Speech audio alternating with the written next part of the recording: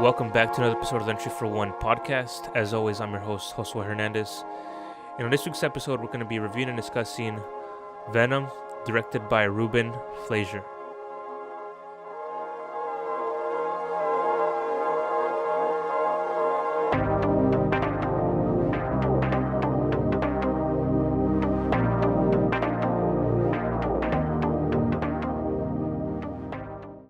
On this week's episode, we're joined by Chandler. Hey there, what's going on? Newest addition to the Entry for One podcast. I guess for the people to get to know you very quickly, what's your favorite movie and video game? That's a good question. I would say my favorite movie is The Warriors. Not sure if you've seen it. Have you seen The Warriors? Yeah, I have. I've actually got it tattooed on my leg. Oh, really? Yes. The logo? No, I've got the logo. I've got a picture of Cyrus, a portrait of Cyrus, and then like the gang kind of below him in a silhouette. I'll have to show you. Yeah. But I got that recently. It's probably my newest favorite. Did you ever play the PS2 video game? I did. The Rockstar one or the beat 'em up? Rockstar. Yes. I actually really like that game. Dude, really good game. Right. I played that before I watched the movie. I think I was maybe 10 years old, and I found it and I was like, what is this? I played it and then I watched the movie and I was like, wait, I haven't got this far in the game yet. What's happening? That's exactly how it happened for me too. I played the video game. Dang, it came out in 2005, but yeah, I played it at my uncle's house, I believe. And I really liked the way it played. It almost played like a, I don't know, it was like a GTA almost, but warrior setting. Right. But yeah. Favorite video game is hard.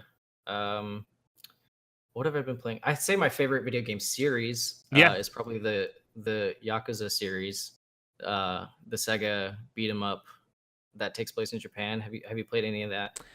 Let me see. I think it's primarily on PlayStation, and they just uploaded Yakuza 0 to Steam or PC. It looks very similar. You know, I've seen gameplay on this, and I think the newest one that came out, I think, got a lot of good reviews, and I think I was talking to someone about it, wanting to kind of try it out. The most recent one was a remake of Yakuza 2. It was Yakuza Kiwami 2. I definitely recommend them. They're remastering 3, 4, and 5 on PlayStation 4, which is good for new players because I had to buy a PS3 to play the older games. But they're definitely worth checking out. If anybody's curious, I'd recommend starting with Yakuza 0. It's actually a prequel to the series, and I think it's the most popular one. So there's 4 total right now? Oh, there no, are 6. 6, 7. Let's see. Yakuza 6 came out, and then Kiwami 2 and Yakuza 0. So there's actually 8. Dang, it must be a really popular series then for it to do this long. It was very popular in Japan, and then people in the US got their hands on it and they started localizing them. So people in the US started playing them. They got more and more popular, gained more steam. And there's actually another one coming out. They have another game that takes place in the same universe called Project Judge, I think, coming out next month. And then they also just released a Fist of the North Star game based on the anime in the style of Yakuza. So there's a lot of games. And this is PS4, PlayStation exclusive, right? Right. The only one that's not exclusive to PlayStation 4 currently is Yakuza 0. They ported that to PC. Oh, okay. Man, the exclusives that PlayStation has over Xbox is just kind of almost embarrassing in a way. Just because, I mean, Xbox is obviously known for like their iconic exclusives like Halo, obviously, and Gears of War. But with PlayStation, I mean, what they put out, the library they have is just much bigger than the Xbox. Right. I'd say that with this new generation, with the PS4, the way that they saw gaming sort of flipped. So it used to be like Xbox 360 had the better exclusives, I would argue, unless you like racing games.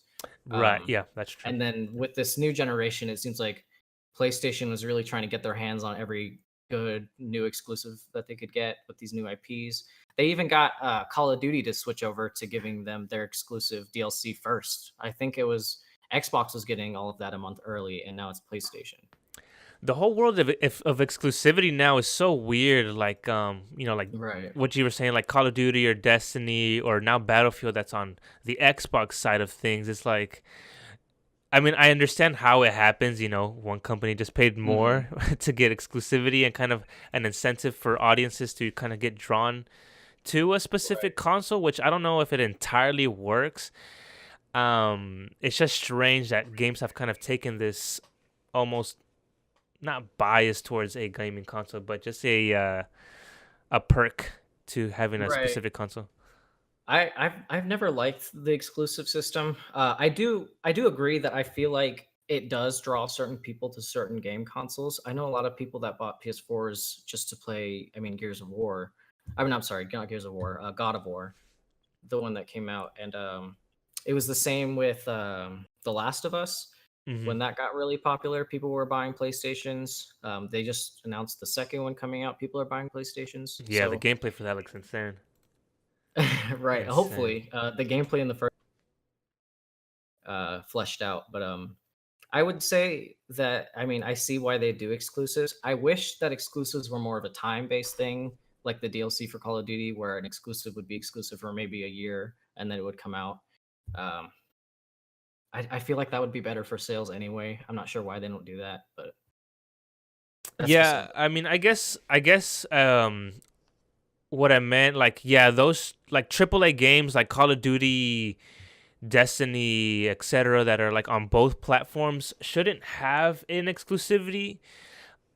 Mhm. But for sure there is a perk with like PlayStation where there's exclusive titles that aren't AAA, or I guess you could consider them AAA, how popular they Right. get, but it definitely creates a preference as far as if you're more of a single player based um, gamer, Right. specifically like you said, God of War or The Last of Us, and many more titles that definitely give the PlayStation a up on the Xbox. Right. Right. Um, um, my favorite game, I don't think I've said it on the show.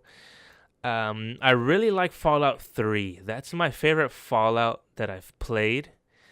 I've Oh played. yeah, we were talking about this off the stream, right? You Yes, just I started believe New so. Vegas, I think. Yes, I played Fallout 3. I played Vegas, almost beat it.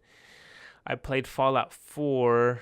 And now we're going to be playing Fallout 76 here in November, which is going to be Hmm. interesting the way it plays out. I've always told my buddies we play Fallout is like I'm looking forward to the day where I can at least play co-op in Fallout. I think it would work so Right. well, Right. and it'd just be an overall better experience than it already was. The way that they've got it set up currently is really interesting. Have you seen how they're doing leveling in that game? The card system. Yes, I've seen it. Not entirely fleshed out, but I have seen some gameplay where it's kind of still keeps the special aspect of things. Right. Um, yeah, but I've kind of not entirely seen how they're gonna kind of take care of it. So let me ask you this: how many times have you played and beaten Fallout 3?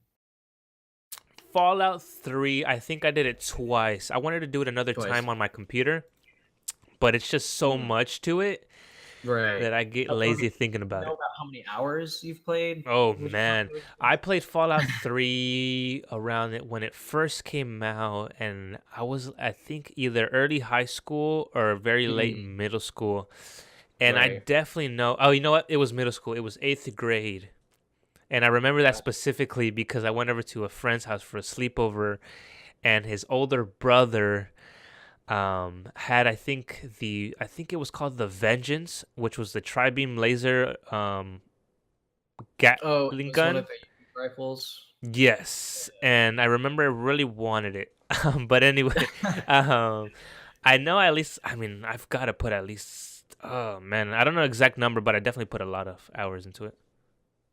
I would say I've put way too many hours into Fallout 3, 4, and New Vegas. Um, I might have actually put in more hours into Fallout 4 than 3 or New Vegas, which is Really? strange to say. Yeah, I've only played Fallout 4 through twice, but my second playthrough, I decided, you know what, I'm gonna do everything. I'm gonna get every settlement to 100% happiness. I'm gonna get every bit of power armor that I can get, and geez, I think I put at least 400 or 500 hours into that game. Wow.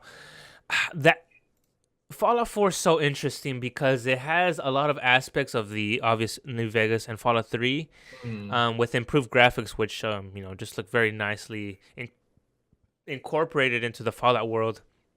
But I just think the story lacked compared to New Vegas and Fallout 3 and kind of the RPG aspect. And I really didn't take advantage of the building aspect. I know it was like there was a lot of hype about it during the mm, E3 trailer launch and all the promotions, and I right. just never really touched the building aspect. I don't know. The I'm thing with the building, uh, the thing with the building that's funny is that if you don't have a lot of creativity, it doesn't like it's very much used to you. You know what I mean? I'm not Yeah, very creative, so I ended up just making like a little area where I could put all my power armor. I made a house, put a ton of beds in it, and that was it. I mean, besides the farm and like the water purifier, it was literally just one building with like 20 beds. yeah. Like I think the only town I think I tried or attempted to um add anything to it was the very first Sanctuary. yeah, sanctuary. Right, right. Um, and that's just because like I was curious of what it actually looked like. And Sanctuary and the gas station are the easiest places to build on just because I mean they're your first home bases. That's where everybody is. Until you figure out that you could send people to other places, there's really no reason for you to even bother with these smaller settlements. Yeah, and with Preston Garvey always giving you Oh, another settlement Preston. that needs help. There's another Gosh, settlement that needs you. we could have a whole podcast about Preston. um, but yeah, I don't know. Fallout 4 was interesting. I played it and I beat it. I sided with the um Steel. Oh god, it just slipped my mind. Brotherhood of Yeah, Steel. Brotherhood of Steel. Just kind of thought that was gonna be like the easiest route to take. But I would have liked to probably either do it with the institution. I think that would The have been fun. Institute. Yeah, the institute. Yeah, the Institute, it's an interesting concept. I feel like it's hard for me to empathize with robots, especially after watching like Black Mirror. I'll watch Black Mirror, and there are episodes where it's like, oh, AI are being tortured, and I'm like, I don't care. They're computers. Like, why do I feel bad for these ones and zeros? Yeah. I don't know. I think I ended up siding with the the Minutemen Or the Minutemen. first, which is Hmm. just like if you screw everything up, you always. But but yeah, I feel like that was just fun for me because I got to blow up both the Brotherhood and the Institute. So it was like I got to do a little bit of everything. Yeah, when you side with the Brotherhood, it feels almost like having like God mode enabled. I mean, you have Prime on your side, and he's just kind of Right. nuking everything, and then you have these Brotherhood of Steel members that are decked out in Mhm. like full armor, body armor. So that's Right. like definitely the easiest route to take. And for the first playthrough, I wanted to kind of just like experience the game and then kind of redo it. And just like any other Fallout, you get to kind of explore afterwards. Mhm. Yeah, my first playthrough I didn't spend very many hours, but my second playthrough is the one that I really got into it and tried to find every little thing that I could. Yeah, I recently repurchased it on PC just to see what it would feel like with higher frame rate and like kind of, Mm. more textures, anything better than 30 frames per second on console. And it feels different. It's nice. There's a lot of small additions they've added into the Fallout, like aiming down the sight and sights Right. and Right. other things. But yeah, I really like the Fallout series, and Fallout 76 is going to be interesting. I think the multiplayer aspect is going to be fun. I hope it doesn't get repetitive though. It's definitely going to be like Rust and Mhm. almost like Ark Survival. It's basically that, Right. just a survival game almost. But we'll see how how well it plays with other people being able to kind of steal from you and grieve and Nuke you. yeah, I'm nuke worried you. about that. That's one of the biggest things I'm curious about. How they described it is, you basically find the materials to build this nuclear switch. Once you're Right. ready, you can literally pick where you want the nuke to drop, and I think that might be an issue, but we'll have to see how it Yeah. plays out. I don't see how they're going to stop players from just farming nuclear codes, but I mean, we've got a ways to go. Yeah, this launch date I think is going to be rough for them. I think there's going to be a lot of people that have our expectations for this game, and there's already Right. people out there that are ready to hate this game from what they've seen. Especially like the diehard Fallout fans that really Mhm. like the single player RPG aspect of the game. Yeah. Uh, Speaking of things that get a little bit of hate before they even come out, Venom. Venom got a lot of flack for its early trailers showing off the Venom suit. yes. When I first watched this trailer, or when we even heard about this movie being made, I first thought to myself, I know Marvel is going to be buying Fox soon, which they own the X-Men primarily and Mm, Fantastic Four. So there's already going to be a transitioning happening into fully being under the Marvel Studios wing.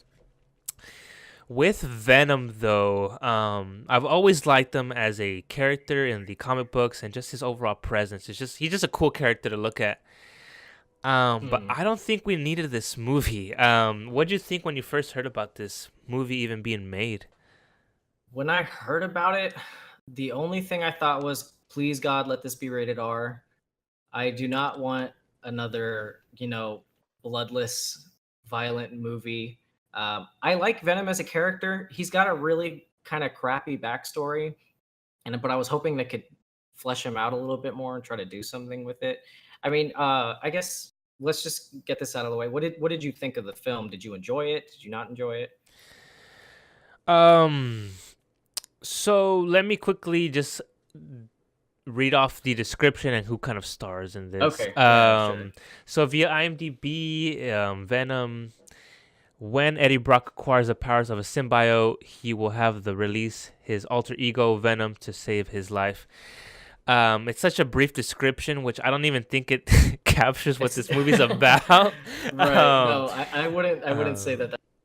But yeah, it's very much not that at all in a way. I mean, mm, this movie stars obviously Tom Hardy as Eddie Brock slash Venom, mm, Michelle Williams, who is she does well in previous films.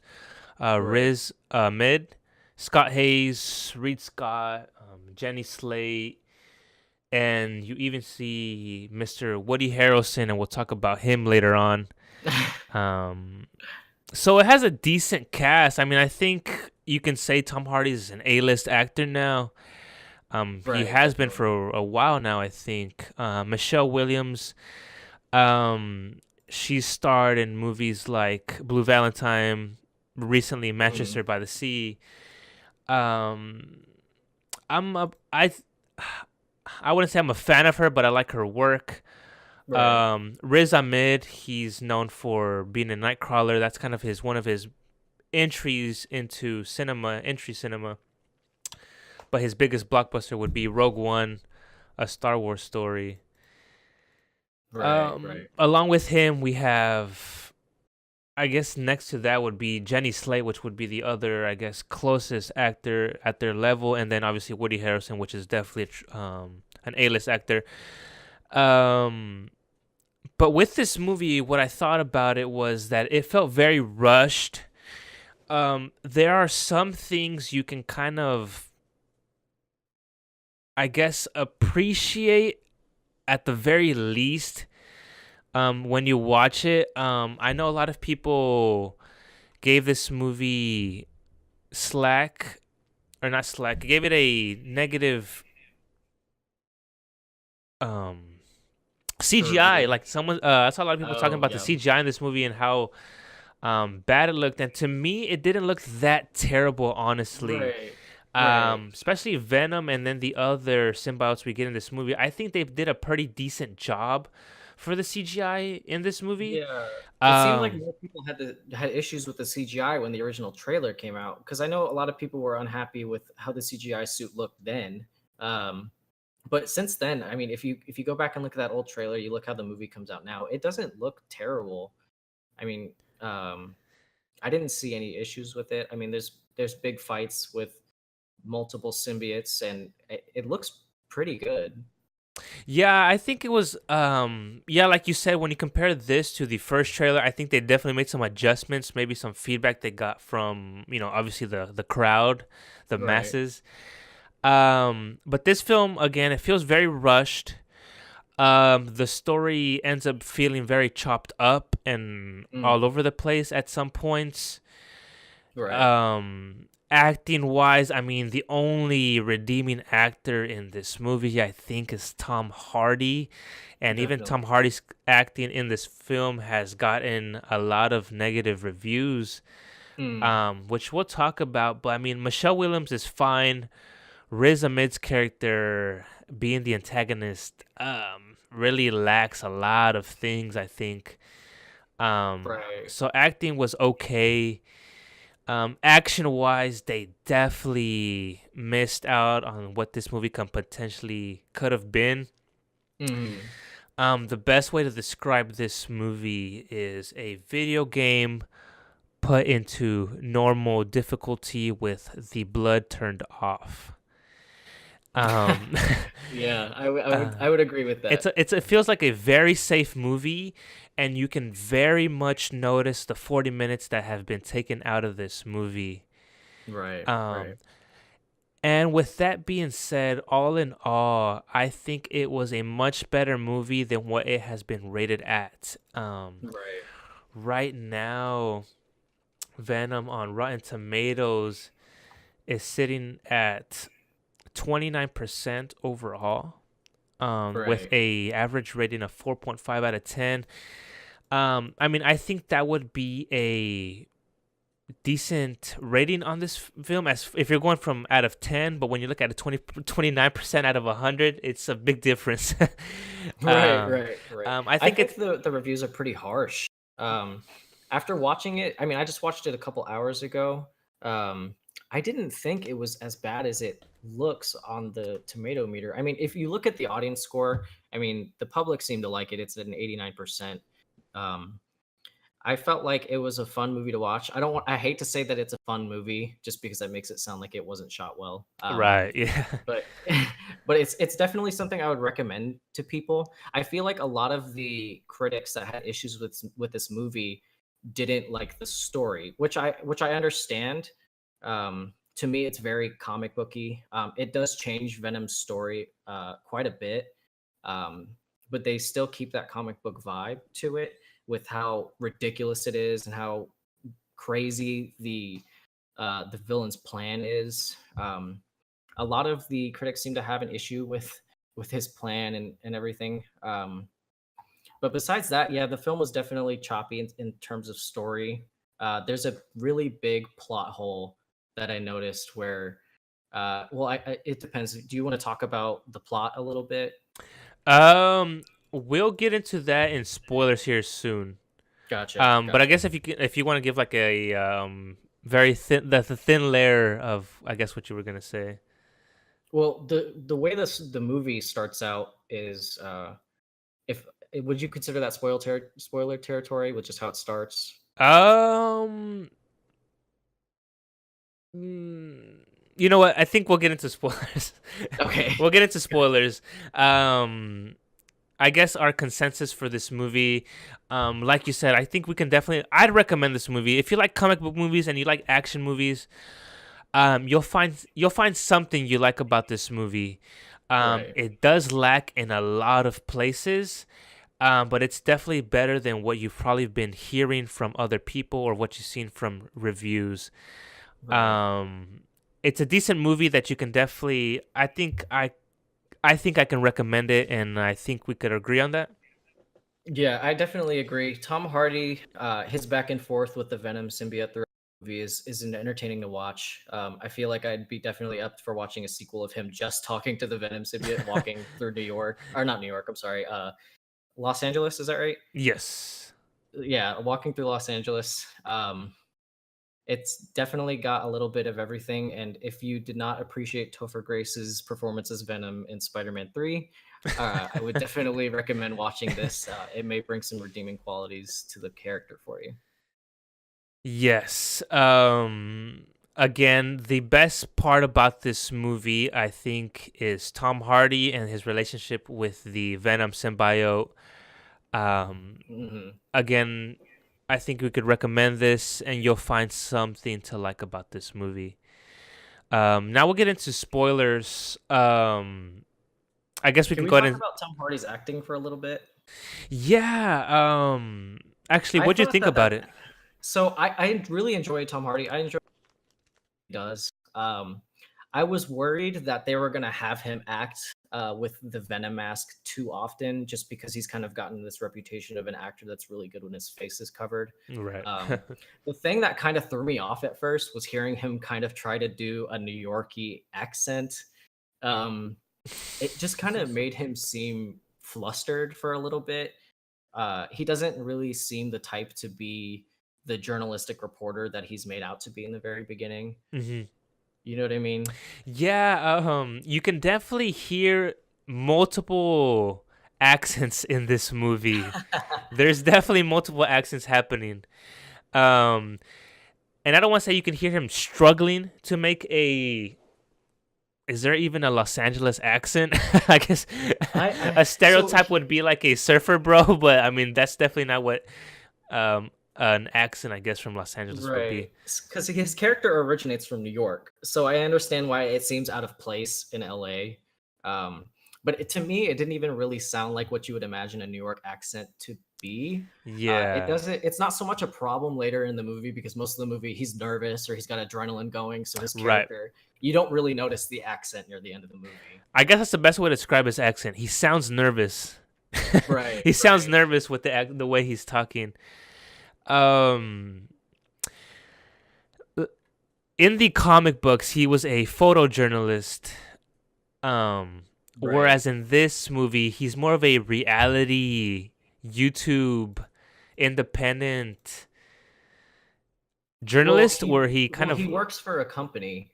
Um, it shows him talking to his boss for a little bit, and he's got his own show, but it's in the framework of whatever that network that is. right, like he has his own, yeah, he has his own show, but he relies on what's ultimately going to happen in the show, by the higher ups.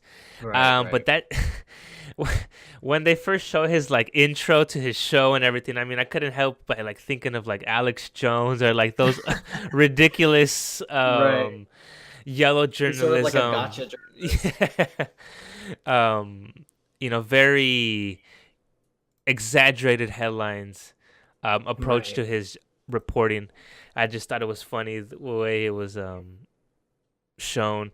Right. But Uh, it makes sense because he's known to be an aggressive journalist. It mentions briefly in a conversation with his fiance that he had trouble in New York, which you can assume is the conflict between him and Peter Parker. Uh, Peter Parker working in the same news outlet that he worked at, proving that he was falsifying things. I can't remember, but he sort of yeah, disgraces he him he and then he goes framed down. a he didn't frame, sorry, he fabricated a story that would give him success as a journalist, as Right. far as him being able to find out who actually was one of the villains that he was able to fabricate the story on. Right. I don't think they Yeah. actually mention exactly what it is, but it hints towards him having that past in New York. Yeah. The story in the his origin in the story is very different the way it happens in the comic books. I thought it was almost lame how he gets attached to the symbiote in this movie compared to the comic books. He kind of just Right. happens to get attacked by that lady in the facility, and then it kind of climbs onto him, and it just goes on from there. Right. The Or way that they did his origin story. Oh, I'm sorry. Did you want? no, I was gonna finish off with how like in the comic books, it was Peter Parker that had this symbiote attached to him that really liked his body, but Peter Parker felt that it was trying to completely take over him, and he went to that church, Right. and he hit that, he rang the bell, and it kind of released from his body, and then ultimately fell onto Eddie Brock's body.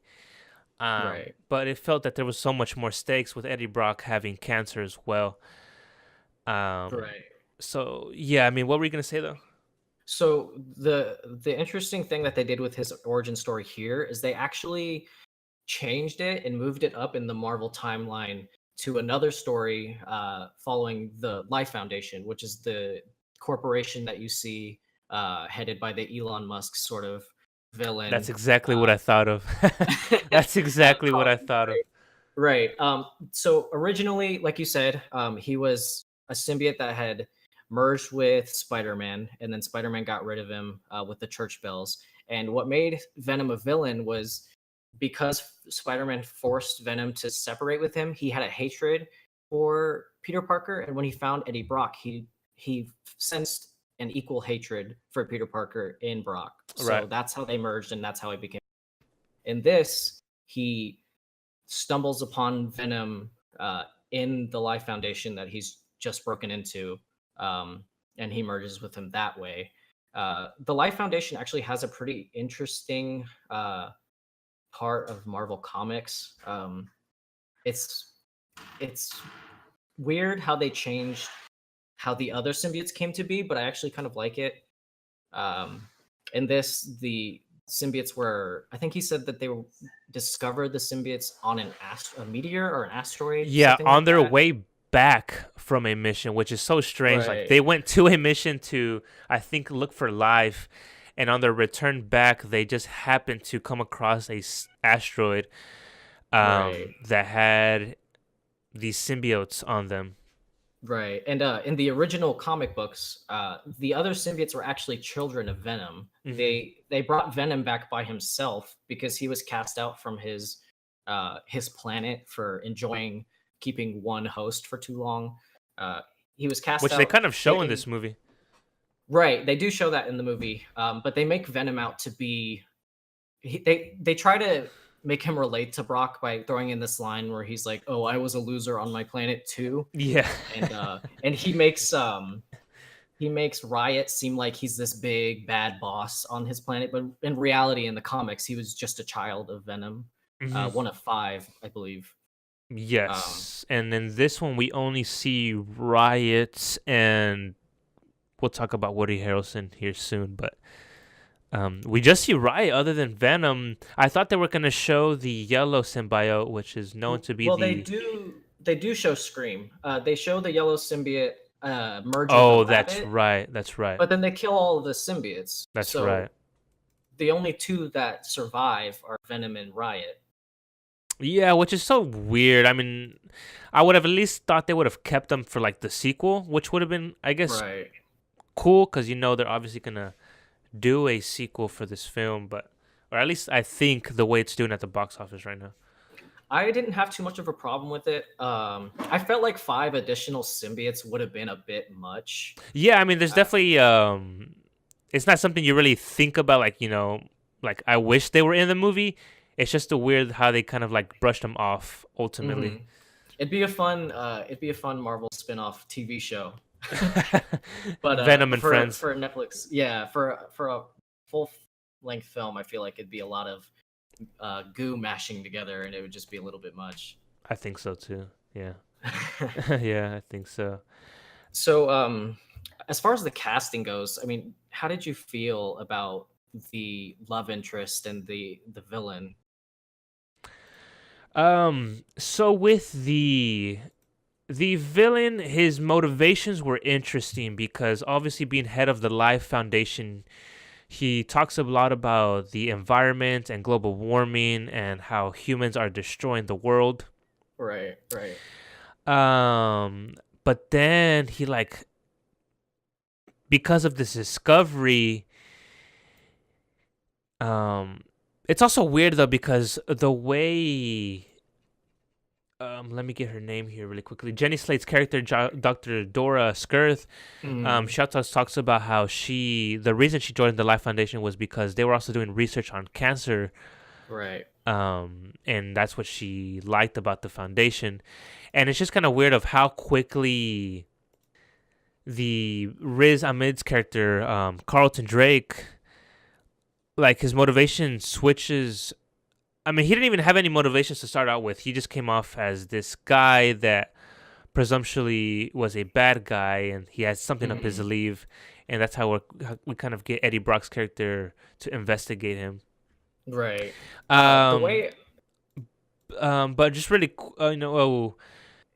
I guess he discovers a bigger purpose he can do for the world, and I guess he sees how he can express his anger towards the people if he's able to mesh with this Hmm. otherworldly being to Right. I don't know, it's so strange the way So his character is kind of played out to be. the way I understood it was he knew that he makes it pretty clear that the world is doomed. He even makes this. I think I don't remember if it was him or if it was Jenny Slate. They make a note of saying within the next generation, this Earth will be toast. I mean, there's not going to be anything left for us. So, what from my understanding, Carlton Drake's his motivation for having people merge with the symbiotes was so that when we travel to their planet or another planet, because they're merged with us, we'd be able to survive in their atmosphere. Mm-hmm. I thought that that was more of his motivation, and he was going about it definitely ways. Um, and I, I I see how he was the villain, but his motivations weren't entirely.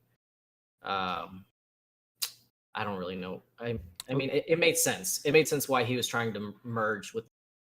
Mm-hmm. Yeah, like you said, it does make sense for him to wanting to merge with these symbiotes in order for them to kind of be able to survive, especially when once they become quote unquote extinct from Earth and having to relocate to a you would think a different planet, Right. allowing them to become superhumans in a way. I mean, obviously there wouldn't be enough symbiotes to. At least we don't know. At least in the movies world, if there's enough symbiotes to kind of help the better of the people. Well, they Uh, do. Venom makes a note of saying that there's an entire planet of them. mm, The humans don't know this, but the whole then point of the Venom symbiote and the other symbiotes being there is he says something like, "Oh, we meant for you to pick us up because we're gonna come back and we're gonna take your planet." okay, yeah. The reason I So there, say yeah, I see where the motivation for the villain is there. mm, It's just it doesn't feel fleshed out. At least when you're watching the movie. right. It's just specifically when Riot comes into play, Hmm. because Riot wants to bring more of these symbiotes back onto Earth. He wants to take that rocket ship, and I believe they're wanting to go back to that meteorite that they had found them on. Right? Is if that's what I remember from this movie?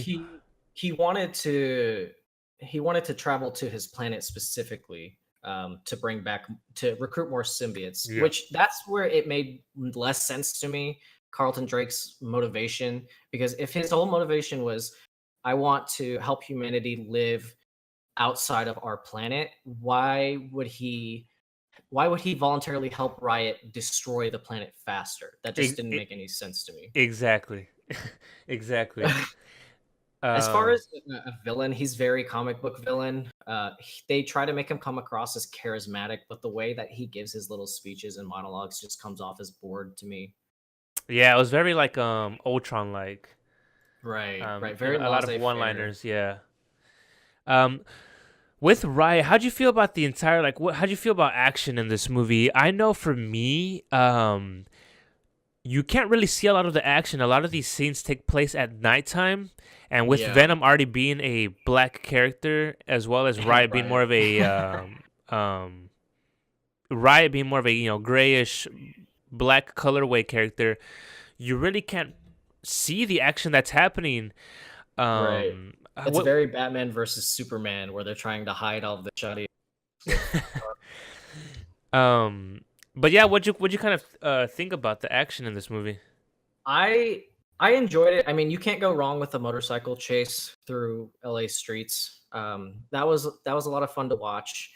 I feel like it was well lit enough with street lights and car lights that it wasn't an issue. As far as the fight goes between Venom and Riot at the end, it was a little hard to tell what was going on. I feel like it would take another watch or two. But the sections where they fought and Venom and Riot are literally ripping each other off of their hosts, and you see Tom Hardy and Riz Ahmed fist fighting in the midst of the Venom symbiotes. I thought that was a really nice touch.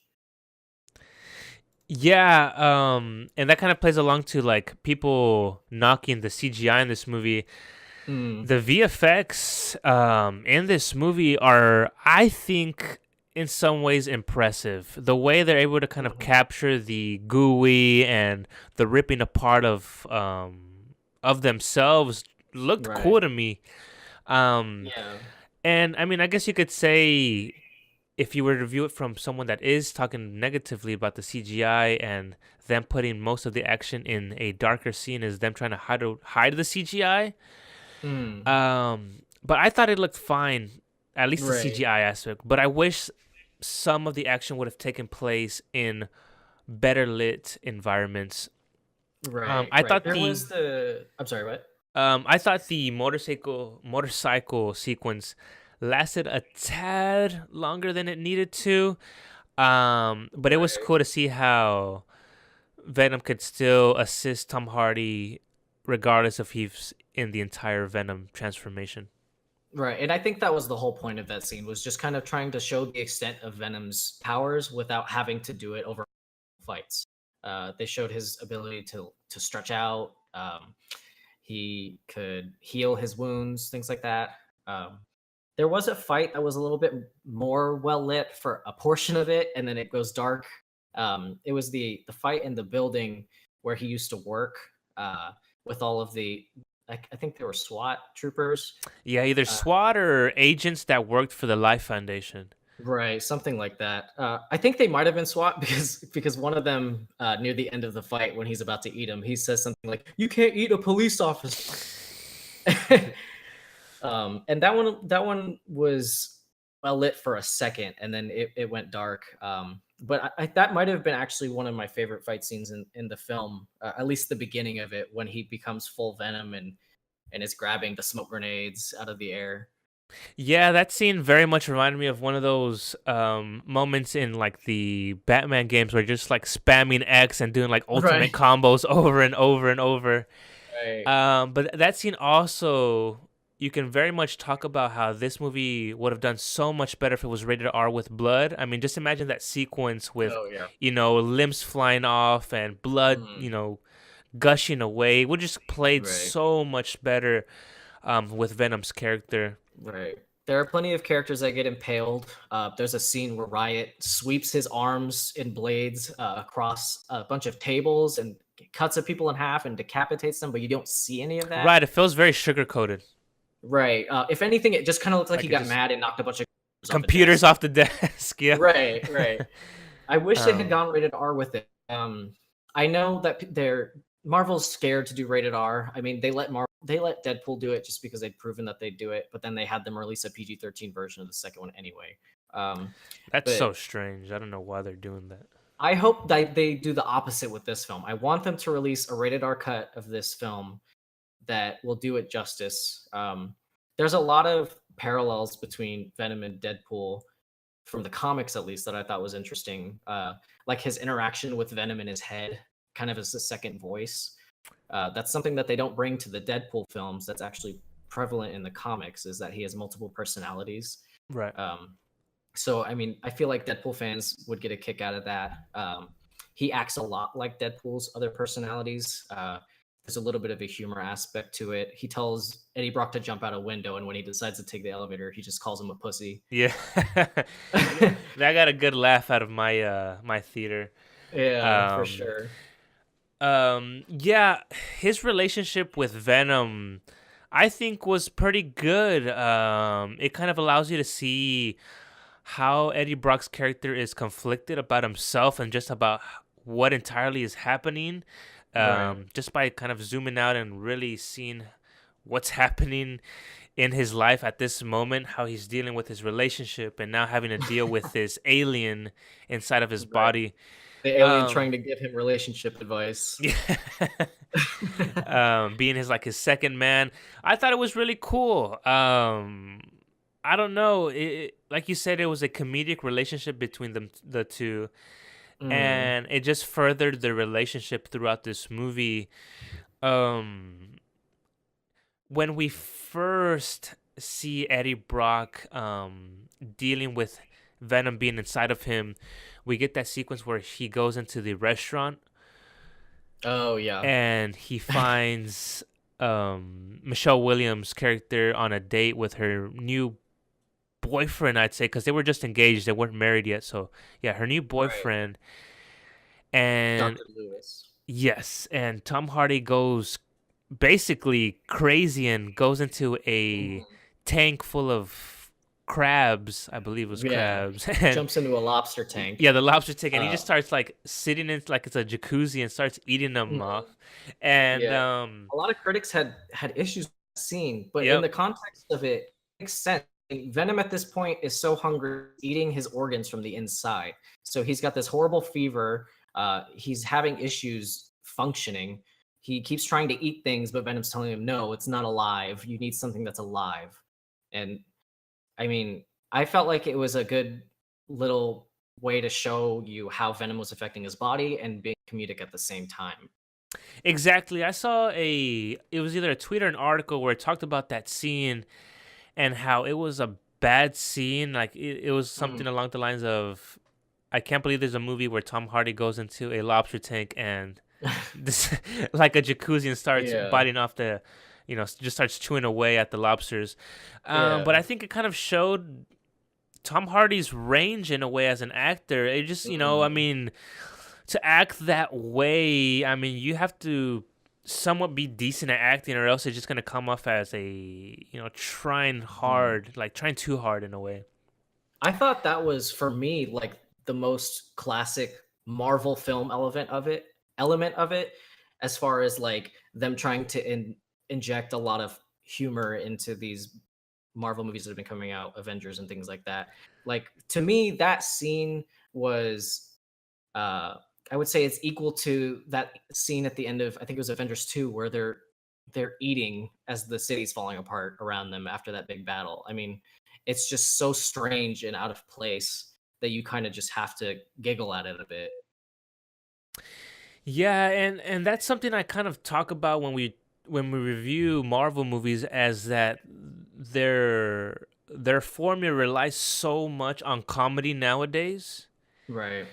But there's always a place for it, and I think in this movie the comedy is not overly done, and it Mhm. does it in a way where it can contribute to the story. Whereas in MCU movies, there be a really serious moment happening, but then in the midst of it, it just automatically cuts to a comedic one-liner, and it just kind of throws the entire environment off. Right. It just derails everything. Yeah, whereas something like this in Venom, the way he's established from the get-go is that he's gonna, although be inside of Tom Hardy, he's also gonna give him advice, talk to Right. Tom Hardy in a conversational way, and also tease him and throw jokes at him that kind of Mm. just build the relationship between these two characters. Whereas in MCU movies, the comedy doesn't really add anything other than, it's obvious comic relief that isn't necessary.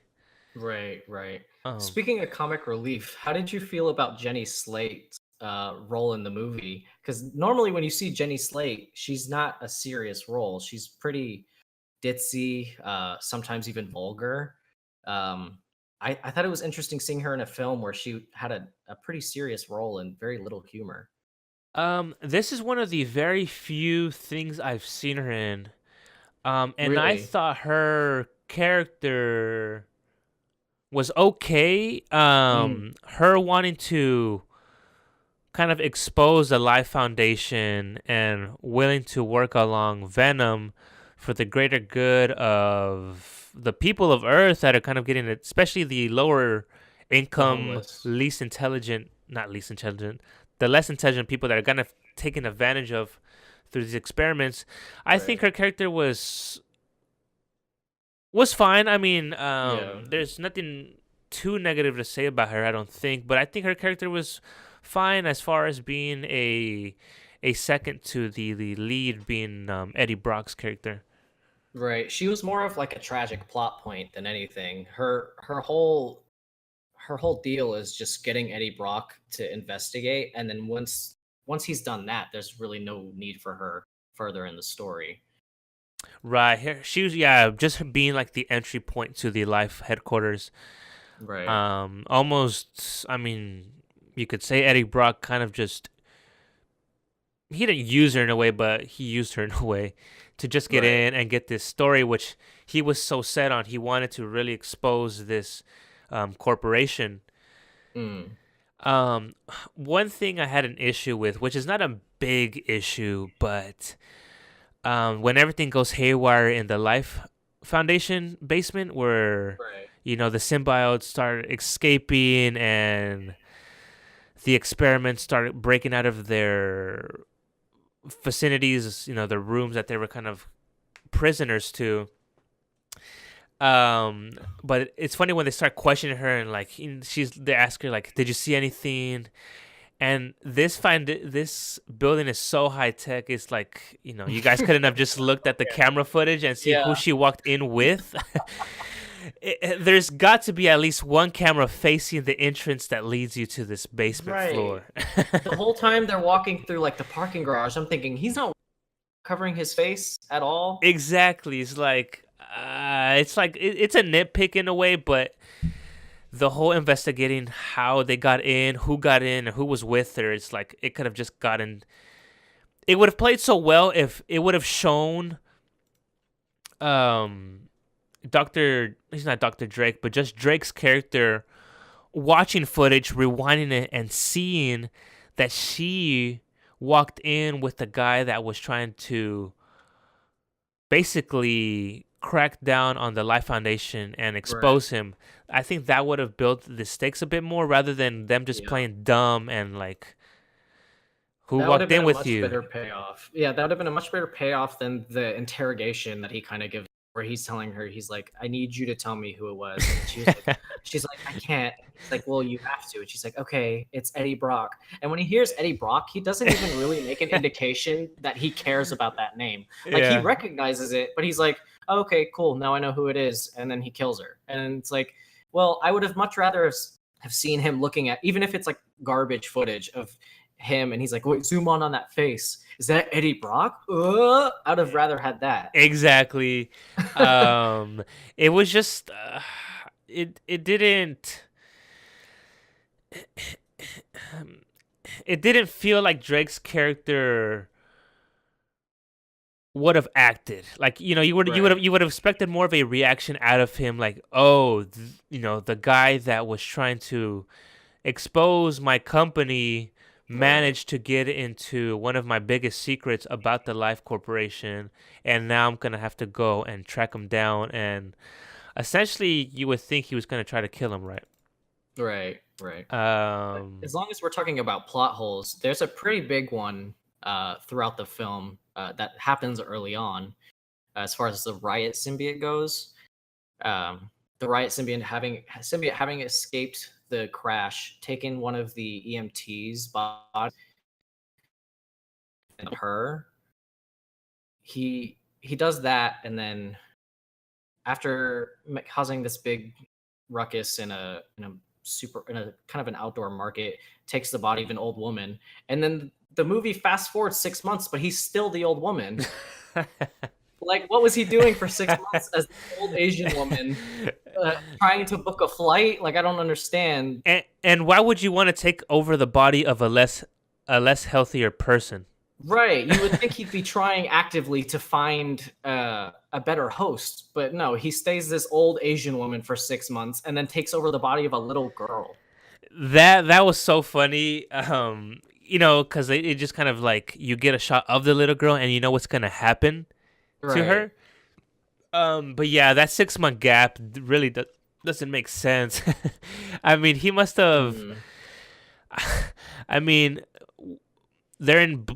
They were in Bangladesh, right? That's where they. something like that. It was Bangladesh, and he's there for 6 months. I mean, unless he took a boat, unless he took a boat that took him 6 months to reach the United States, I really can't think of what he was doing for that 6 month period. Right. And Uh, there's a scene with the little girl that I watched this with my girlfriend and she had a particular issue where the little girl walks out of the airport and she's walking toward the camera and it's as if the viewers are so dumb that they have to reaffirm you. They make her do the little eye thing like, "Oh, she was taken by riot." It's like, why else would we be following this little girl this scene? exactly. I mean, if there's any favorite, if there's even a favorite host transfer, I think it'd be the dog. Oh yeah, the famous dog. We see that. We get that shot of the dog, and you know what's gonna happen to him, and then we get the shot of him looking directly. Who was it? Was it Michelle Williams' character, or was it Yeah. Jenny Slate's character? Are you talking about who becomes female Venom? Who who finds the dog in the hallway in the hospital? That was Michelle Williams. So Yeah. his fiance Anne, um. she Oh, realizes that's that right. Venom Yeah. has escaped. She finds this dog in the hallway. The dog looks at her. He's like, "Hey, you'd be a good host," and she becomes female Venom for a short time, which happened in the comic books. It didn't end well for her, but it did happen. It was a nice little Easter egg that I like that they included. Yeah, it was so funny. When we get that scene of girl Venom, I hear there was some people sitting behind me like, "Oh, girl, girl," like just girl, or Yeah, it was no. either girl or female, and it was just it was a funny thing. There were a lot of strange sexual undertones in this movie. Um, one of them being when this Venom symbiote is transferred back from Anne to Eddie Brock.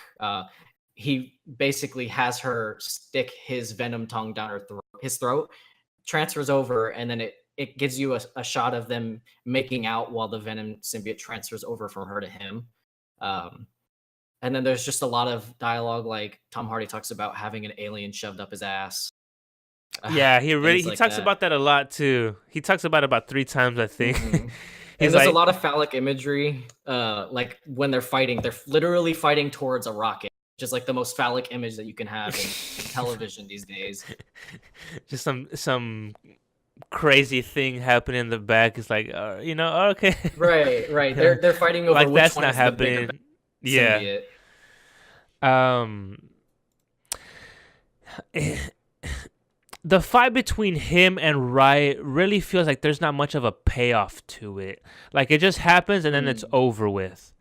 Right. Uh You kind of have to be paying attention early on in the film when he mentions he's like, "Oh, we're weak to decibels between this and this or whatever," and he's like, "Oh, also fire." And I'm like, "Okay, that's going to be important later, definitely when they introduce fire to it." So if you're paying attention and you remember that, you kind of know how the movie's going to end. yeah, exactly. Yeah, they they very specifically let you know that these are their weaknesses. Mm, Sound vibrations, frequencies and fire. And yeah, right. you definitely get that at the end. You get the fire from the rocket ship, and you get some of the vibrations as well. Right. Right. Um, yeah. Again, you can very much tell where the 40 minutes are cut out from. Like you'll get a scene where it lasts literally maybe 30 seconds, and it instantly switches to a completely different scene in the movie, Right. and it just kind of it doesn't build off for what you thought it was gonna build on. Like you get a scene where we're back in Bangladesh, and we maybe get like 30 seconds, 45 seconds of it, and then it just quickly switches to a different scene, Right, right. You're and it talking just about like the scene where the old woman is she's visibly sweating going up the elevator. I mean, not elevator, the escalator, and people are kind of staring at her. I remember that I scene. believe that might have been one of them. But yeah, this movie does not do a good job building on what it was visually showing you as a viewer, what you thought it was going to kind of build on and kind of take off from there, rather Mm, than it just decides to completely switch over to something completely different that does not have to deal with that specific scene at all. right, right. To me, it was sort of like a meanwhile. We're gonna cut to this so that you know that this is still going on, which made the plot hole worse. I feel like it reminded you, oh, why is he still this old woman? But I mean, it definitely was probably an issue with post production cutting. Oh yeah, definitely. I mean, you can definitely see it as the meanwhile scenario. But we Mm, get a lot of meanwhiles in this movie, and it ultimately makes this movie feel really, really rushed. It right. almost made me think of Justice League, where again, there was a lot of Zack Snyder's footage taken out of this movie and kind of, Mm, chopped down to this time frame. And again, you could very much feel or see where this footage was taken out of, and how these scenes that we get start to build on something and then just quickly switch over to a different scene without no type of either payoff or at least um, assumptions you can build off of it. right, right. Um, I would definitely say that there are some issues with the story, but overall, it's not as bad as the reviewers are saying that it is. Um, when I was reading a lot of these reviews, theme and something that they had an issue with, a lot of them, for some reason, thought that Venom only ate brains, like he's some sort of weird alien zombie. Which I feel like if they were paying attention, they would know that that's not the case. He makes it very clear that he just needs to eat living organisms. I mean, yeah, he eats like I think two heads, but he eats an entire guy, a couple of lobsters. Like he doesn't exactly discriminate with body parts. Right, and I'm glad this PG-13 did not stop him from showing at least some type of um yeah, Decapitations and like things like that. decapitations. And I mean, although we don't see any blood, at least they didn't shy away from showing something along those lines that would kind of, I tend to be seen as graphic. Right, right. I was um glad they didn't cut away too quickly. yeah, yeah. Whereas some movies, before that scene happens, they'll cut back to the perspective of someone else, and then you kind of hear the scream in the background. And talking Mm, about screams, we get that iconic the soundbite that is, Wilhelm. yep. Oh yes. I heard it too. And I was Which was, just a nice touch, I guess, that we get in some of the action movies. the Wilhelm is as iconic as Stan Lee's cameo near the end. And you know what? I'll be really honest. I'm getting tired of seeing Stan Lee in these movies. Like, it's nice, right? I know his Yeah. cameo is coming, but it's just like now it's like a whatever. Like, Right, like right. okay, that was funny for a second, and now it's over with. Right. Um, I feel like I'm okay with it just because he's getting it's nice to know that he's still kicking. yeah, like it's our insight of knowing that he's still alive. And I would say I'm not tired of it in a way where like it frustrates me seeing him. It's not really special anymore, at least for me. Right. Um, I remember seeing something on the internet for a while. They were like, "What are we going to replace Stan Lee with in terms of cameos when he dies?" And I think I'm going for Howard the Duck. I'm definitely leaning towards him. that'd be interesting when we saw him in the first Guardians of the Galaxy post credit. Yeah, yeah. Um, He's such a strange Marvel character, but I feel like it'd be pretty funny just to see him inserted into a lot of different Marvel films. yeah, that could be interesting. I wish we would have actually seen him be in more of the Guardians films rather than just a cameo. Hmm. Uh, Well, his own film is pretty terrible. yeah, I mean, I don't remember I remember seeing it, but I don't remember seeing it. Like It's it's not so worth old. rewatching. Yeah. Yeah. Um, but Do you want yeah, to Do you Uh, want to talk about Woody Harrelson's little post credit scene? yeah, let's talk about that. So after this story finishes, oh god, like again, the fight between Riot and Venom just feels so rushed, and you don't sense a sense of intimidation that our Right. protagonist would seem to find in most movies where the villain is actually intimidating, and you feel that the protagonist is kind of actually have to really really find something inside of him to Mm, overcome this obstacle. Whereas with this Riot Venom fight, you see somewhat of a slightly struggle between the two, but mm, ultimately it just ends up with the rocket ship being launched into space and he just blows up, and right. that's that. I think what this movie really needed was another symbiote, which I know I said I didn't want too many symbiotes in this movie, but if there had been at least one of the weaker symbiotes that maybe had taken one of the homeless guys, like they had an unnamed homeless man, the black guy that they had kind of chained up and they were Yeah, testing on. I wish that he had escaped and gone crazy and fought Venom in sort of a introduction to other symbiotes fight. You know what I mean? yeah, Like he's definitely. weakened because he hasn't been able to eat. Um, and they get into a fight. He wins it pretty easily, but it freaks him out because he's like, oh shit, there's other ones of you. Exactly. And I mean, someone would say that plays so close to like a typical comic book movie where there's the main Venom and then sorry, main villain, and then there's like a side villain that Hmm. kind of sidetracks the protagonist and then ultimately leads us back into the main villain. Right. I would have liked, yeah, I agree. I would have liked to see either a second villain in this movie or just more interaction between Riot and Venom. I mean, we primarily see Yeah. them isolated. We never Right. see Right. Riot outside of an isolated area other than when we first see Riot, which is where Mm, Tom Hardy's kind of strapped down to the chair and he transforms into Riot, which I thought was again kind of cool. But mm. I think it would have been cool if we saw Riot. I mean, I guess we see him in the offices as well, where he's like chops Yeah. down the offices. But what Hmm. if he would have seen Riot and Venom fight like in the city? I think that would have kind of given us a more stake builder where Riot is destroying the city and there's some civilians Right. getting kind of harmed along the way, and Mm. Venom's, you see him reflect with himself is like, man, I gotta stop this, and it just kind of, it helps build that, build the stakes in a way, Right. and ultimately gives the boss battle more meaningful.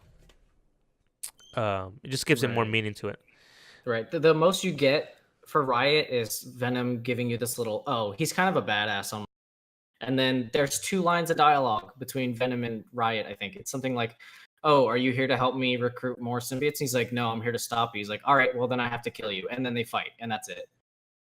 Exactly, and it's just like I would have just liked to see more. I think, Right, um, right. and I don't know if that 40 minutes had more of that footage of fighting. I mean, I wouldn't think that they would take out 40 minutes.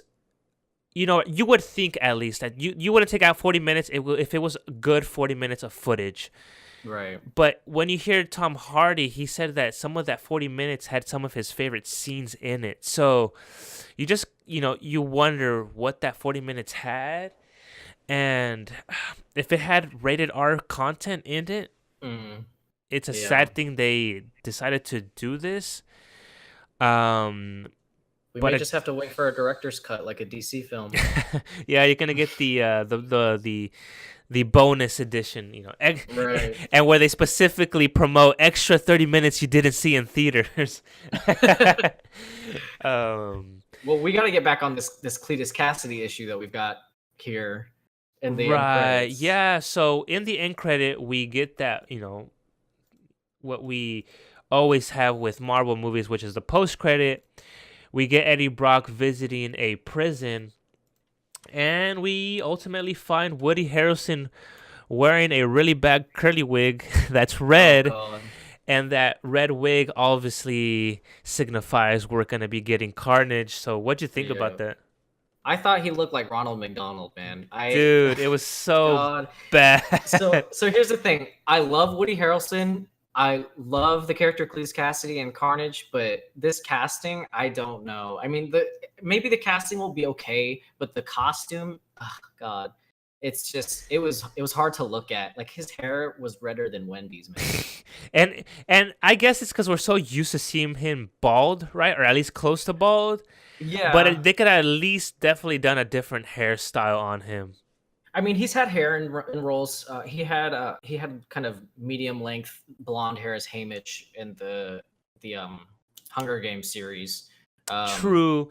that or Um, a hat. I mean, in No Country for Old Men, he played a character that wore a cowboy hat the whole time. But besides that, he is typically bald headed. yeah, And he wears exactly. a hat in Zombieland too, which this director did. I guess we just at least me, I always think of him at least a character with no hair, very little Mm, hair, or too much hair. And in this case, right, right. he just looks like it's too much. I honestly, I get why he casted him. I mean, he's worked with Woody Harrelson before. Woody Harrelson's a great actor, Oh, but I feel definitely. like if you're going for a crazy role, I would have gone more with a Jackie Earl Haley. He played Rorschach in Watchmen.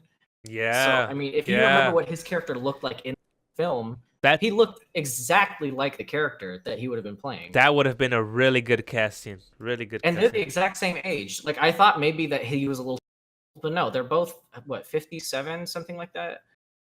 I believe so, yes. Yeah, that would have been a good casting for Carnage. I mean, when I think of Carnage, I either think of a really slim character, Mhm. obviously mentally, in some way, dealing with mental issues, Right. either psychologically. Whereas Woody Harrelson, I mean, I know he's gonna probably do a good job playing as Carnage. Mhm. It's just the casting is slightly strange to me, Right. and it's gonna take some getting used to. They're definitely gonna have to either cut or slick that hair back, get it out of the way. Um, but I mean, besides that, I mean, Woody Harrelson, he does a great job in every role he plays. I'm sure he could do Southern Boy Cletus Cassidy. I mean, that's pretty much who he is. Besides the crazy, his jaw, I feel like his facial structure is a little bit too big and broad for me.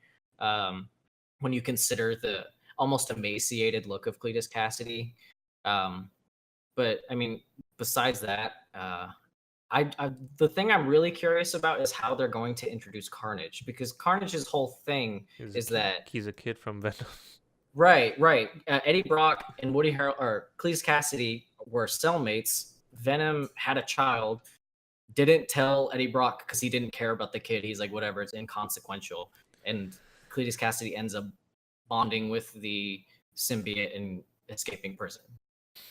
I think honestly, they might head towards a route where possibly Cletus Cassidy's character was either roaming the streets or maybe struggling in the streets. And watch, we're gonna I don't know, maybe we're gonna get a shot where we see a piece of that asteroid um kind of Oh break off no. from the main asteroid, Oh god, I hope that's not what they and do. then it lands on Earth and it had the Carnage symbiote on it, and it just happens to land on Woody Harrelson's Right. character. The thing is that Woody Harrelson's character is shown restrained and in his own private cell inside of a cell. Like he's extra locked up. So the only way I can see him getting the symbiote is while he's in prison. If for some reason Venom sees that he has to break somebody else out of prison, or if he somehow gets locked up and Venom breaks him out of prison like he does in the comic books. I don't see any other way of that working. I really pray to God that a meteor doesn't like fly through his window and give him like the symbiote, but I mean Yeah, crazier things have happened. yeah. Um, I thought that exact theme. First, we get a shot of him kind of scratching away at the metal, and it's kind of in blood. Again, that also kind of signifies that we're gonna get this very violent carnage. At least you would Right. think. But yeah, I mean, with these symbiotes, it ultimately gives you strength along as with agility and speed, right? But And it enhanced healing properties. yes, with him, I mean, at least right now, we would have to assume the Carnage symbiote is already inside of him, right? I mean, did you make that out? Well, I feel like if he did have the symbiote, he would have already escaped. You know what I mean? And exactly, It that's would what have I been so was easy. thinking. Yeah. But I mean, it's possible that how the reason that Tom Hardy's character Eddie Brock was visiting was to do an interview. Maybe it's one of those instances where he comes back constantly and interviews him multiple times, and over that time period, Venom has a child somewhere in his cell. I mean, that may be one instance. It was pretty significant with him writing his name in blood on the side of his little cell, because that's something that was pretty iconic of Carnage, is that when he would kill a victim, he would write Carnage somewhere in the vicinity of the crime in Right. his own Leave his branding on it. Right, right. So I thought that was a nice little touch. I'm interested to see how this works. I think besides, however, his he's introduced to the Carnage symbiote, I think the rest of the movie will probably be pretty action packed compared to this one. Yeah, that's the exact thing I thought. He's if he already has the Carnage symbiote inside of him, he's either trying to hide and kind of shy away from the prison finding out about it, or if he does have him inside of him, it's really dumb that he hasn't broken out yet. I don't think he does. I feel like it wouldn't be possible because he'd be getting eaten from the inside, like everybody else does that gets the symbiotes bond to them. Um, Yeah. It'll be an interesting situation. I know. Do you think they'll introduce Spider-Man in the next one? Because that's how they defeat Carnage initially. Is Venom and Spider-Man team up? God. So speaking on the Carnage movie, I think we will get more action than we got in this movie. Right. At least I hope so, and at least I know they're gonna obviously change his origin story, just like they kind of changed it with Eddie Brock in this movie. With Spider-Man, it's gonna be tough just because they make sure these movies are in association with Marvel, Right. and they're kind of working on a partnership between the two to kind of make this happen. Um, it's gonna be interesting. I mean, they have to. They're going to have to eventually. I mean, these movies will. They'd work without him, but it obviously wouldn't make sense without him in the world with these villains Right. and Right. characters.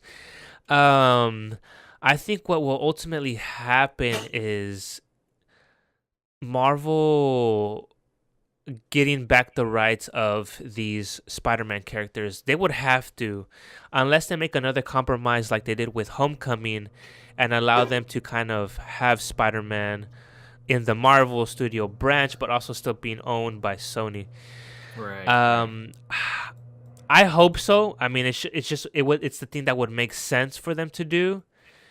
But I wouldn't be surprised if all their movies will just be kind of side stories of his villains without him being in them. But I Right. would Right. definitely like them for them to introduce him in this movie. But what do you think? I'm hoping that they do. Um, I mean, depending on how this whole thing plays out, it may be a new Spider-Man actor. I mean, we may not have Tom Holland playing the Spider-Man that helps Venom fight here. It really all depends. I mean, we've got with DC at least we've got multiple versions of Superman right now. I mean, Hmm. I don't see why they wouldn't do it with Spider-Man. It may have a little bit more backlash, seeing as people love Tom Holland so much in this role. But I mean, I think it's doable. I hope that they keep Tom Holland. I think it would be interesting to have these properties uh, work together. I mean, everything's about to be owned by Disney anyway. It's not unheard of for this property to be bought up any in the near future. Exactly. I mean, I think ultimately it's gonna come down to Tom Holland being introduced eventually into this movies, right? Right. But yeah, that would be interesting if they either had Peter Parker in this universe, or maybe they in this Sony universe they kind of introduced either Miles Morales, maybe, or Gwen Stacy. That would be an That interesting thing that they could possibly do to kind of pay, not tribute, but pay to the audience and fans that, hey, we still have Peter Parker in the MCU. And in this Sony universe, we maybe can introduce Miles Morales or Gwen Stacy and have right. them take care of these villains. Although it's going to be so strange when eventually in the MCU we decide to have Venom and we're going to have a completely different Venom. I don't know. It's interesting. Yeah, well, it'll be interesting to see how that goes. I would definitely like the Mount character. I feel like he doesn't get enough attention as far as films go. I don't think there's been a live action adaptation. I mean, we're getting that Spider-Verse movie, but it's animated. Yeah, which So, looks really cool. I'm excited for that. right, it's interesting. I think it's a better than the actual story goes as Hmm. far as Peter Parker's the whole issue with Peter Parker and that whole universe. We won't get into that. That's a whole another Different couple story. podcasts if you'd Yeah. like to. Yeah. But yeah, I would definitely be up to seeing a version of Spider-Man that's not Peter Parker I participate think in it's the battle. I think it's I don't know if I don't know. I don't know if it's. I think it's time, but I think it'd be interesting if we got a different Spider-Man other than Peter Parker, just because we have Hmm. now three Spider-Mans, with Tobey Yeah. Maguire, Andrew Garfield, and now Tom Holland. That them introducing a different Spider-Man would be a fresh take on the character. Right, right. Which we definitely need. Um, I think so, especially with it being so.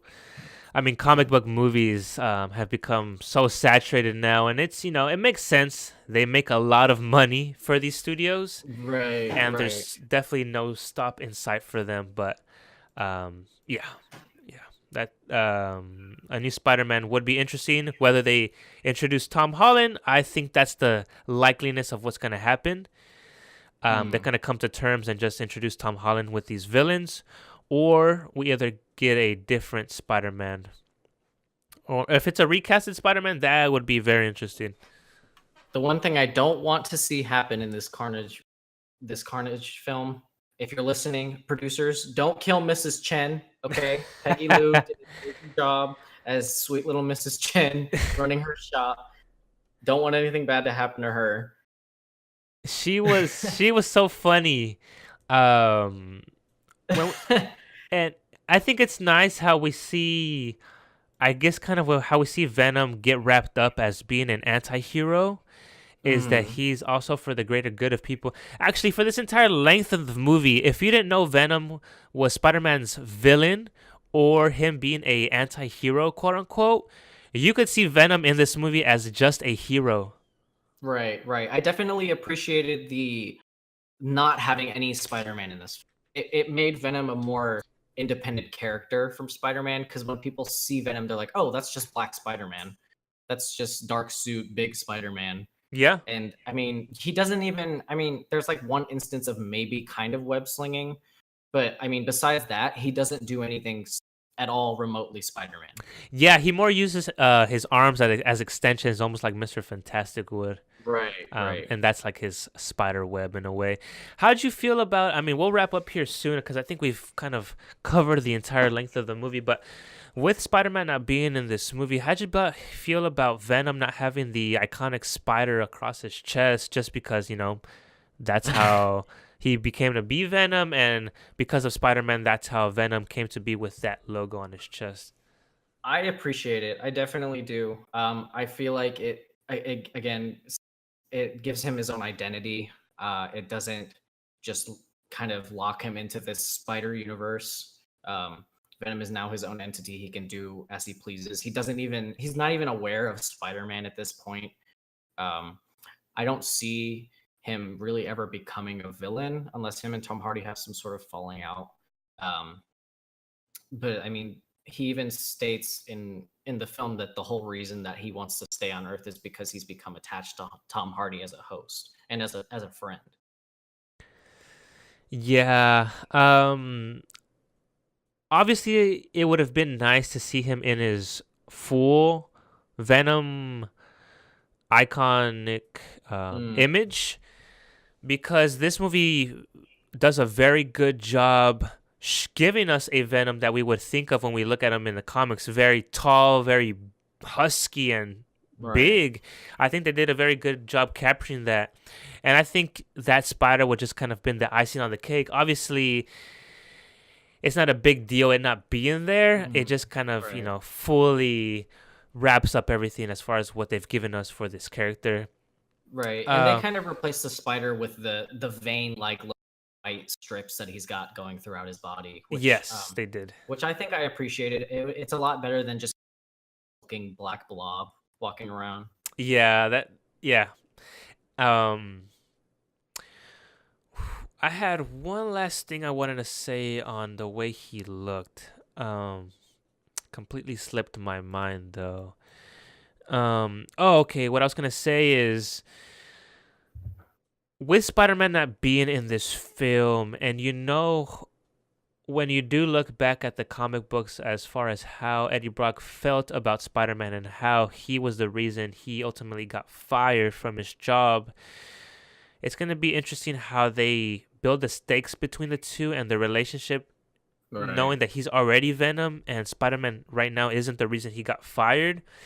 So it's gonna be Mm. interesting how they build his hatred towards Spider-Man whenever they do decide to introduce him into I this feel like movie. if they do introduce a conflict, it's not going to be a hatred conflict. It's going to be Spider-Man sees something that freaks him out. Like Venom knows that Venom is eating people, even if they are bad people. Spider-Man's very, oh, you don't kill. So that may be the dynamic that they have between the two.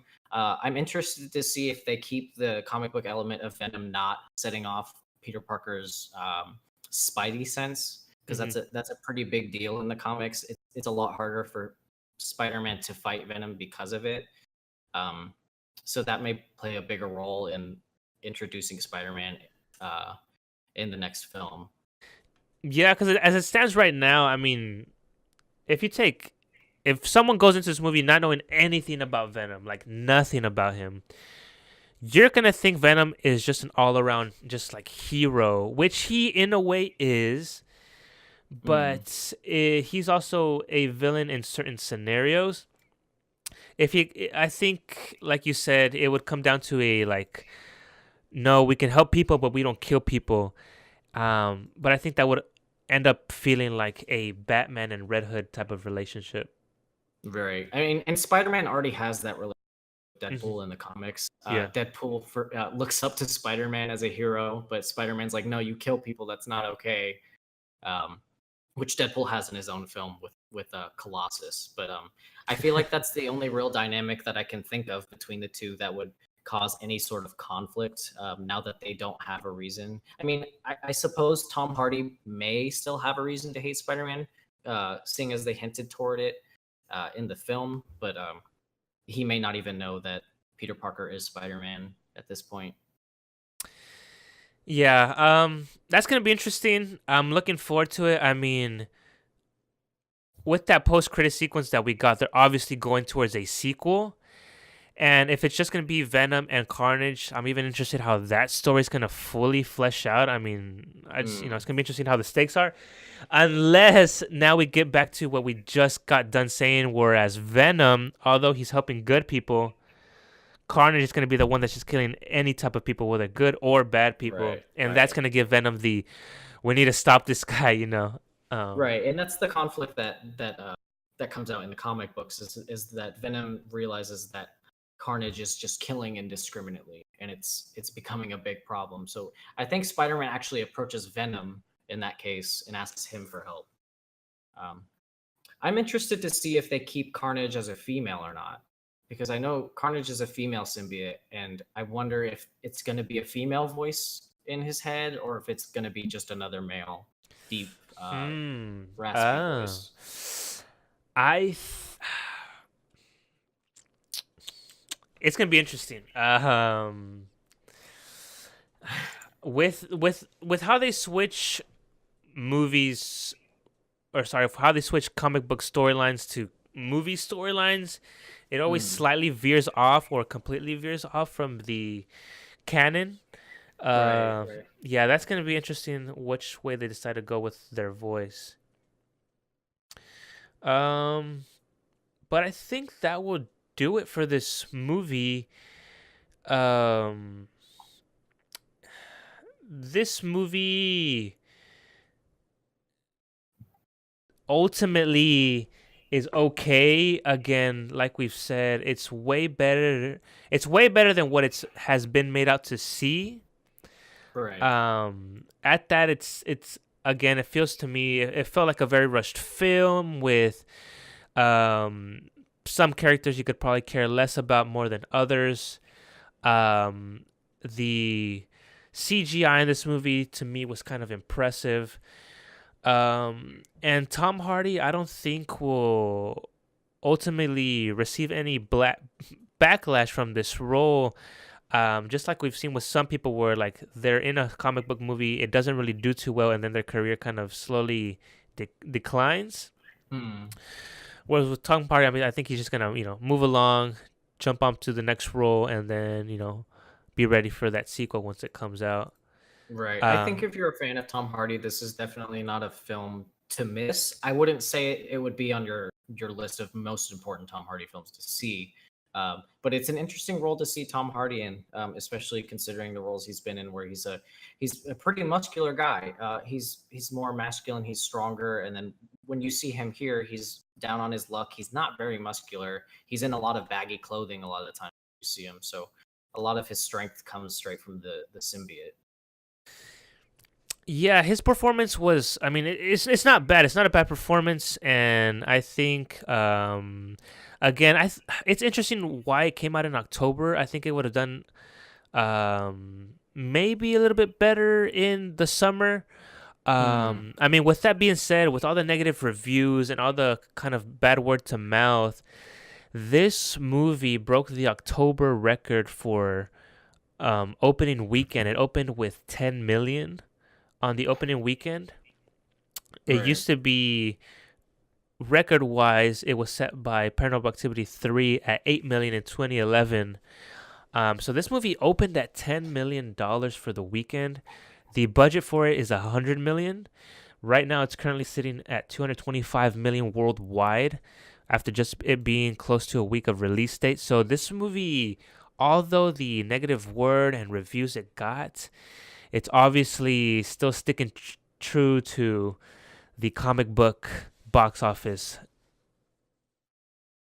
So, um, yeah, I mean, it's an okay film that I can recommend to someone that likes either comic book movies and just wants something to kind of enjoy and something maybe watch with your friends or go on a date to kind of check out.